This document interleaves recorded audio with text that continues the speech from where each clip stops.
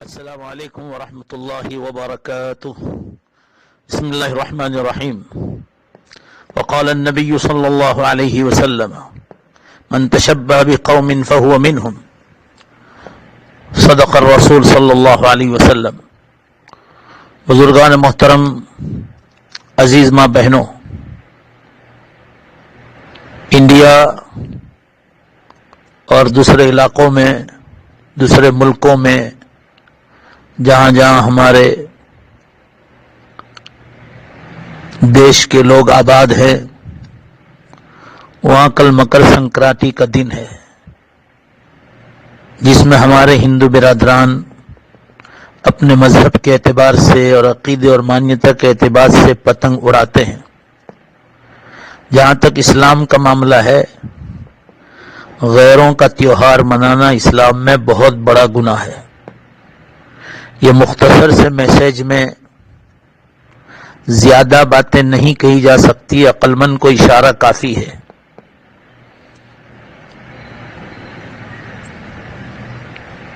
جہاں تک غیروں کے عقائد کا معاملہ ہے اور تیوہار کا معاملہ ہے، اس کو منانا بہت بڑا گناہ ہے. آپ مسلمان اللہ کی نظروں سے گر جاتے ہیں. اور جبکہ اس وقت اس میں پتنگ کے ساتھ جو دھاگے آ رہے ہیں، اس میں ایسے کیمیکلز اور دوسری چیزیں، مثال کے طور پر کانچ وغیرہ استعمال کیا جاتا ہے. بعض دفعہ کتنے پرندے قتل ہو جاتے ہیں، پرندوں کی جان جاتی ہے، گونگے اور مونگے جانور شہید ہو جاتے ہیں، ان کی بددعائیں لگتی ہے. بخاری شریف میں ایک حدیث آئی ہے، بنی اسرائیل کے ایک عورت، جس کے بارے میں حدیث میں کانت عبادتن، بہت بڑی عبادت گزار تھی، مگر بلی کو صرف ستانے پر وہ جہنم کی آگ میں چلی گئی، اس کی عبادتیں کام نہیں آئی. معلوم ہوا جانوروں کی بددعائیں لگتی ہے. جس کے دورے سے کوئی جانور یا پرندہ قتل ہوا، شہید ہو گیا، تو اس پتنگ اڑانے والے کے لیے بربادی کا سامان ہے. بعض دفعہ انسان قتل ہو جاتے ہیں، شہید ہو جاتے ہیں. ابھی بڑودا کے پاس ایک گاؤں میں 7 برس کا بچہ شہید ہو گیا. اب جس کے بھی دھاگے اور پتنگ سے ہوا ہو، مگر ہوا ہے. سورت کے قریب ایک شہر میں ایک بچے کا دورے اور دھاگے کے ذریعے اتنا خطرناک زخم آیا کہ دانت سب باہر نکل گئے. تو اگر کوئی انسان قتل ہوا تو پوری انسانیت کے قتل کا گناہ قرآن پاک میں بتلایا گیا ہے. دوسرا، اس میں حلال مال خرچ کرنا گناہ کے کام میں یہ بہت بڑا گناہ ہے. پھر فضول خرچی کرنا یہ بھی اس میں لازم آتا ہے.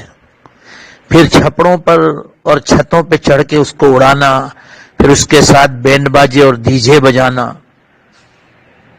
یہ سب گناہ کے کام ہیں.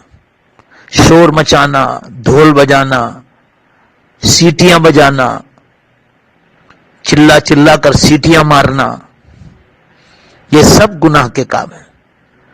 اس میں بعض مرتبہ دیندار لوگ جن کے چہروں پر داڑھیاں ہیں، سروں پر ٹوپیاں ہیں، اور جو عورتیں اپنے آپ کو پردہ دار سمجھتی، ان میں بعض ایسی ہیں وہ بھی ایسی حرکتیں کرتے جو بہت دکھ کی بات ہے. یہاں مسئلہ صرف مسلمان کا، آپ اہل ایمان میں سے ہیں، آپ ایسا کام نہیں کر سکتے. لہذا اس مختصر سے میسج میں جب بھی آپ سنیں، جلدی سے آپ اپنے اپنے ملکوں میں اس کو پھیلائیں، دوسرے ملکوں میں بھی پھیلائیں. جہاں جہاں بھی اس کو لوگ کرتے ہیں اس کو بچائیں، اور اللہ سے توبہ کرے.